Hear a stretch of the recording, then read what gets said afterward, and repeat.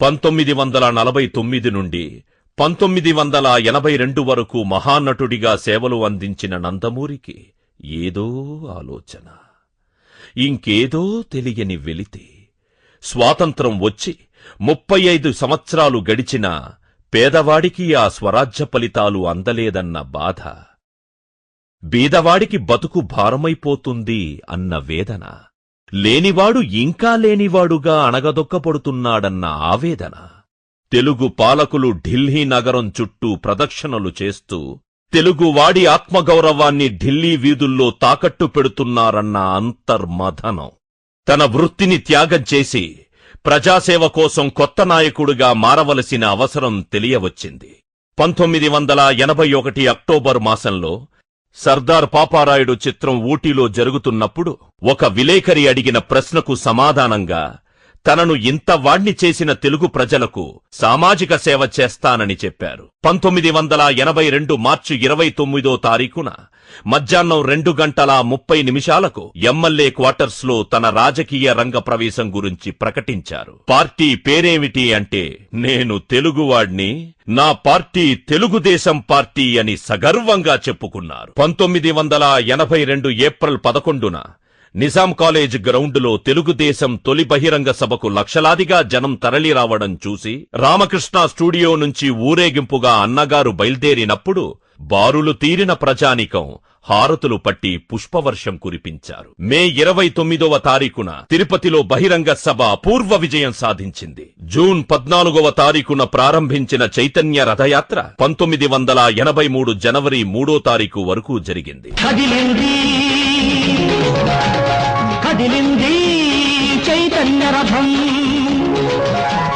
తెలుగు జాతికి నాడది తిరుగులేని ఆయుధం. కదిలింది కదిలింది చైతన్య రథం,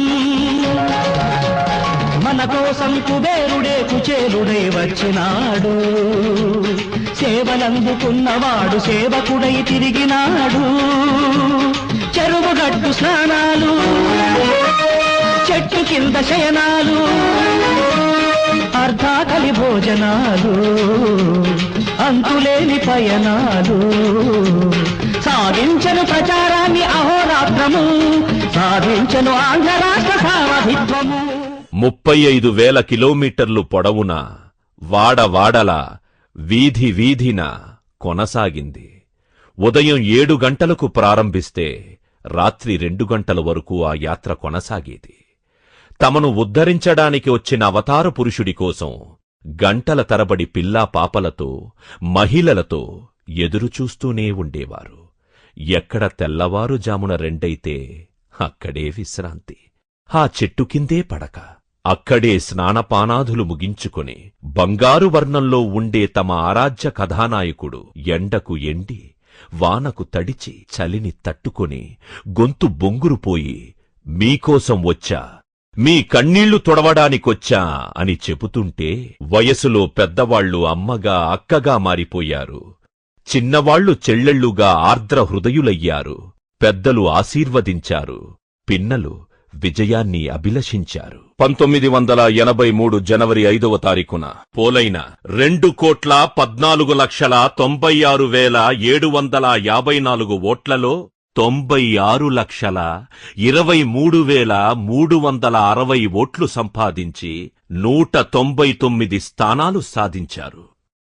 తనతో కలిసి నిలబడిన సంజయ్ విచార్ మంచికి 4 స్థానాలు రావడంతో మొత్తం 203 సీట్లు గెలిచినట్లయింది.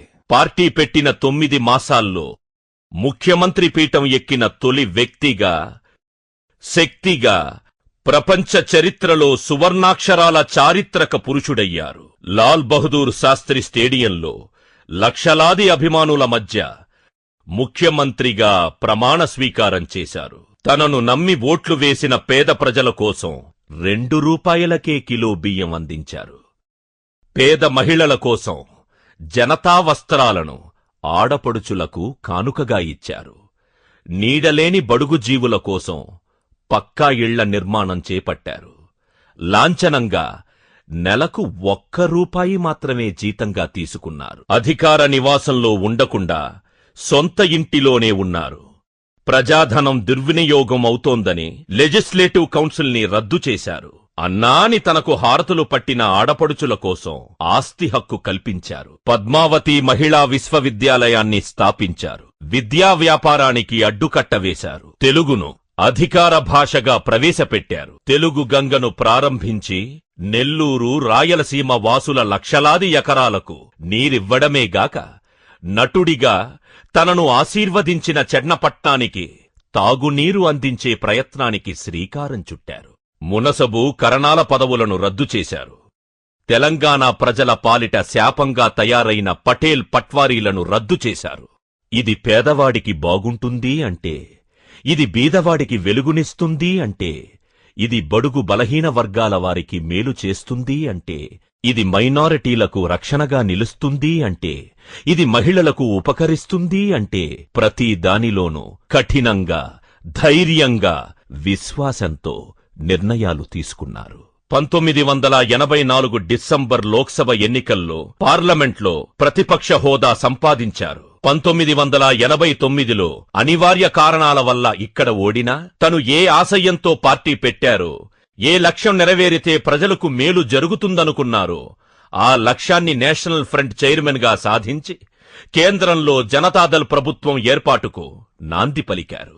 1994 ఎన్నికల్లో కాంగ్రెస్ పార్టీకి ప్రధాన ప్రతిపక్షానికి అవసరమైన సీట్లు రాకుండా చేసి ఆ పార్టీని నామమాత్రపు పార్టీగా మిగిల్చి 1996 జనవరి 18వ తారీఖున అనంత విశ్వంలో కలిసిపోయారు అన్న నందమూరి తారక రామారావు గారు. మహాభారత యుద్ధం జరిగింది 18 రోజులు.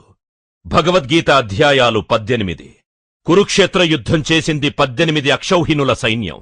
అన్నగారు హితులారా ఇంక సెలవు అన్న తారీఖు కూడా 18. అందుకే ఆయన యుగపురుషుడయ్యాడు.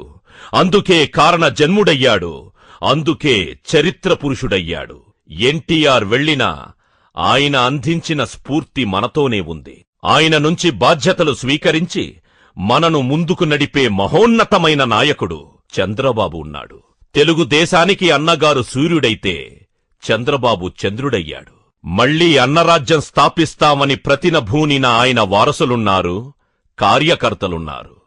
తెలుగుదేశం కార్యకర్తలారా, అన్నగారి పిలుపు వినబడింది కదా, రండి, కదలిరండి, పసుపు సముద్రంలా కదలిరండి, ప్రభంజనంలా రండి, ఉత్తుంగ తరంగాల్లా రండి. అన్నా, నీ ఆశయాలు సాధిస్తాం, నీ అడుగుజాడల్లో నడుస్తాం, నీ సిద్ధాంతాలను అమలు చేస్తాం. నీ తమ్ముళ్లుగా, నీ ఇంటి ఆడపడుచులుగా మళ్లీ అన్న రాజ్యాన్ని స్థాపిస్తాం. తెలుగు దేశానికి పట్టం కడతాం. స్వర్ణాంధ్రప్రదేశ్ ని సాధిస్తామని శపథం చేస్తూ రండి. కదలి రండి తెలుగుదేశ కార్యకర్తలారా, త్యాగాలకు వెనుదీయని దేశభక్తులారా.